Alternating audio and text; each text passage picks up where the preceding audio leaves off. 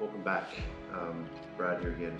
So my competition is tomorrow, and so I step on the stage. It's my third fitness model competition. I've been waterloading now since Monday. Today's Friday, and the competition is tomorrow. And I wanted to talk to you in this video about how my waterloading protocol, I think I've completely fucked it up. Like completely fucked it.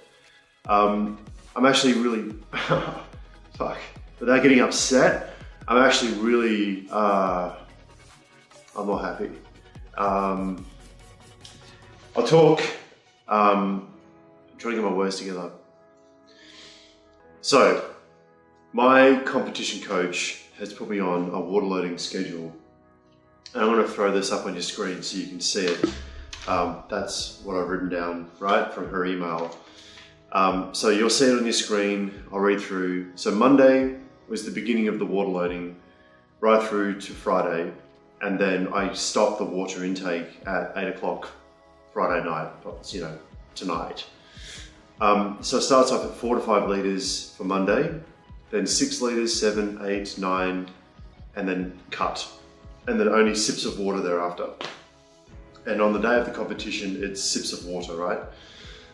Now, for those of my existing audience who are watching this, you're not familiar with this, you might be aware that I'm doing this for the first time. I'm doing the waterloading thing for the first time. So this is all very new territory for me. In saying that, you might be thinking, why do you do it?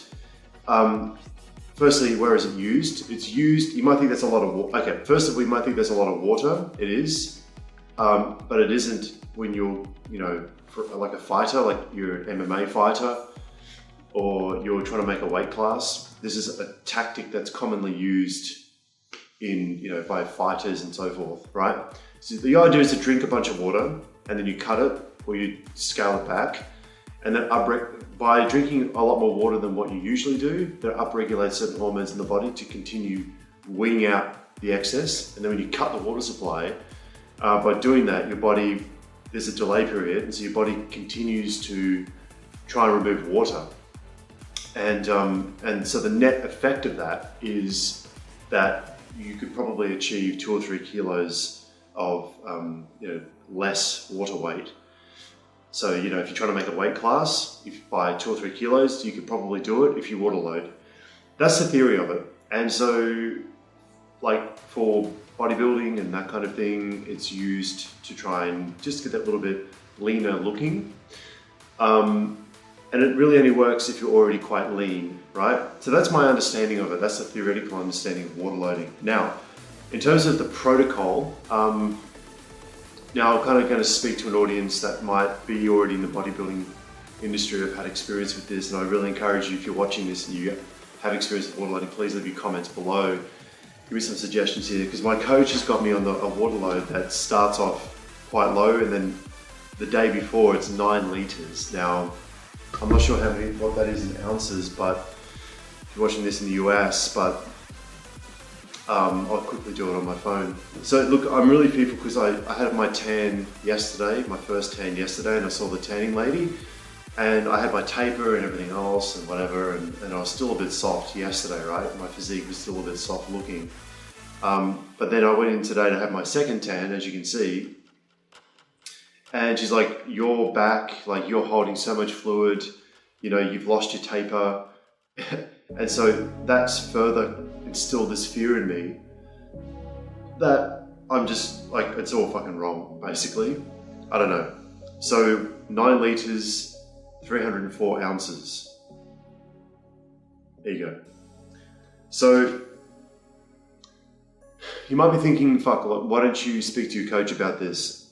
This is another dimension of the problem. And that is that last time I questioned my coach about something in my program, she got upset with me and she pulled me aside, and she's like, look, I don't go to your workplace and question you about what you do at your workplace. While you're working under me, you have to do what I tell you to do. And I was like, hey, fuck, whoa. I was like, totally respect that, but it kind of came out of nowhere. I wasn't expecting that reaction. And I was thinking to myself, I kind of took a massive step back. And then I thought to myself, later on, I thought, that's fucking crazy, because like, I like to ask questions a lot. You know, I have an inquisitive mind. I have a mind of an 8-year-old. And I thought to myself, if you're like a patient going to a doctor for surgery and you're going to get a tumor removed, you're going to get cancer, you're going to have some surgery, you're going to have a ton of questions as a patient. You know, can I eat before the surgery? Can I drink? If so, how much? Like, what's my chance of, you know, recovery? How long will it take to recover? Yada, yada, yada. So you have all these questions as a patient, having surgery or working with a doctor or whatever. And so the doctor shouldn't turn around and say, why are you asking all these questions? You have no right to ask me questions. Do I go to your workplace and ask you how to do X, Y, Z? And I thought that's a pretty cool analogy, because the same thing, like, it's no different. You know, I have every right to know why we do certain things. And so ever since that, because what happened, we were doing a move, we were doing some exercises, and I was like, on YouTube and everything I've learned, this is how, you know, it should be done according to X, Y, Z. And, you know, I just want, well, what do you think? And she goes, no, like, we're not doing it that way, we're doing it my way. I was like, all right. And then there was a bit of a air of silence and a bit of awkwardness and, you know, whatever. And then she pulled me aside and she goes, and then when she told me, she goes, look, I don't come into your workplace and question what you do. I was like, hey, I'm just telling you what I've read and learned and everything else. Like, this is how they do it. You know, like, I just questioned why, that was all, right? So she just completely blew it out of proportion. But ever since that kind of interaction, like, we've had pretty good, interactions. Like, you know, we have pretty good small talk when it's not related to training. But I just feel like whenever she gives me something to do, like, I have questions about it, but I never fucking ask. And I don't even, like, now I don't even trust this water loading thing. I just spoke to one of the other guys I'm competing with tomorrow, and he told me quite the opposite. That he's like, yeah, that's what I'll do. I'll play it out for you. I'm sorry this is dragging on, but I'm honestly, I don't really have anyone to talk to about this at the moment. Anyway, this is really, so I'm in a situation where I'm like pretty fucking upset because I've worked hard to get ready for this competition and now I've fucked it up, and I'm not happy. I'm not happy at all.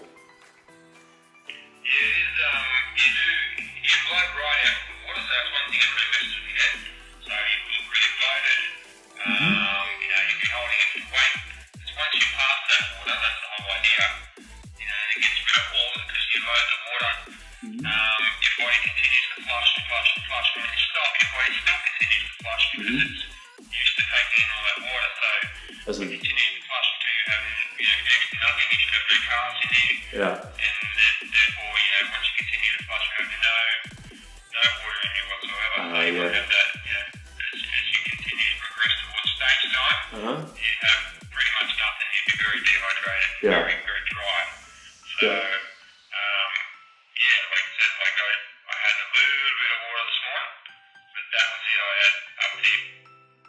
So Sean is a guy that I'm competing with tomorrow, right? We're actually on the stage together tomorrow. We're actually competing in the same division. He's actually a really good friend. So we're like competitors on stage, we're mates off stage. That's pretty cool. And so, hold on, I'll play this for you. So the way that I've done it in the past, I got that advice from 2 or 3 people. Like, you know, Jake's my coach now, and I've done the same the last 3 or 4 comps.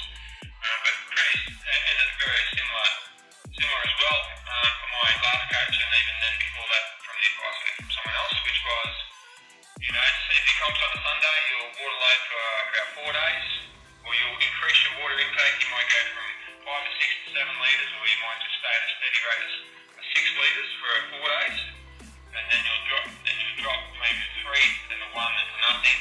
The way Jake does it, we go up, so 4, 5, 6, 7, 8, and then we drop to 500 on today, and there's no water tomorrow. So pretty much even today, it really hasn't taken any water because you want to get rid of all that water, you know, well and truly before tomorrow. So as you heard there, there's a scaling up and then there's a scaling down. That's the way that Sean has done it, and that's his current coach recommends that. His previous coach recommended that, and the person before that he got advice from, as you heard before, pretty much said the same thing. Whereas I'm still fucking supposed to be having 9 liters today. And so I stopped my water intake at 12 o'clock today. I literally just had this short black, whatever fluids in that. That's all I've had since 12 o'clock today, and it's almost 3 o'clock. So look, guys, I'm sorry this has dragged on, but yeah, I'm not comfortable. I don't like that program. I don't like the water loading. I don't think it's right. It doesn't seem right. I don't want to look at my physique right now because it's really screwing with my head. I can't even see my abs. I can't even see ab definition. That's how bloated I am. That's really messed with me. And like Sean, like he's had less than 500 mils. He's supposed to have 500 mils today, and he hasn't even had that. And I've had 5 fucking liters. So anyway, I don't know. So look, in desperation, I'm actually starting to have short blacks to try and get this out and get the water out of me now. Anyway, so look, I'm going to round this off. Thanks so much for listening, watching. I actually will link Sean's Instagram profile below in the comments. This guy is 38, 39 years old, right? He goes to uni, he studies, he works, he's a single father. He has an incredible physique. He's really ripped, great guy, awesome dude, very down to earth. Check out his Instagram profile as well. Maybe follow the dude if you like him enough to follow him. He's a pretty cool dude. So I'll link it below. But otherwise, keep following the journey. Thanks very much for your support. I appreciate it. I'll keep you updated. Thanks for watching.